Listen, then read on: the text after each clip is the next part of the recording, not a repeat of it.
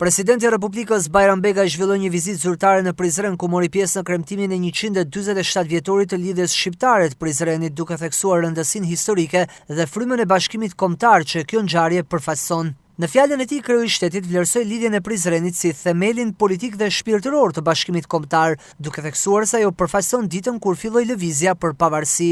Shkëndija e kësaj dite ndezi pishtarin e lirisë, por trashëgimia e saj jeton sot në çdo përpjekje për zhvillim, për mirëqenie, për bashkim shpirtëror dhe kulturor të shqiptarëve, kudo ku ata janë e jetojnë.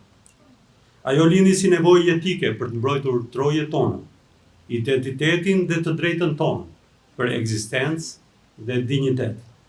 Lidhja shqiptare e Prizrenit ishte një thirrje për bashkim, për mbrojtje dhe vetdije kombëtare.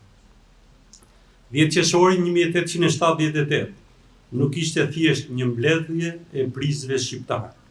Ajo ishte shprehje e krenarisë dhe përkatësisë dhe vetdijes europiane të një populli me histori të lashtë, kulturë unike e me vullnet politik për të vendosur vetë mbi fatet e tij. Një thirrje për më shumë dashuri ndaj gjuhës, kulturës dhe identitetit shqiptar, duke nxitur frymëzim nga tërmëria e lidhjes së Prizrenit për ndërtimin e një shoqërie të drejtë, të arsimuar dhe të bashkuar, kreu i shtetit e bëri për të gjithë shqiptarët kudo ku jetojnë.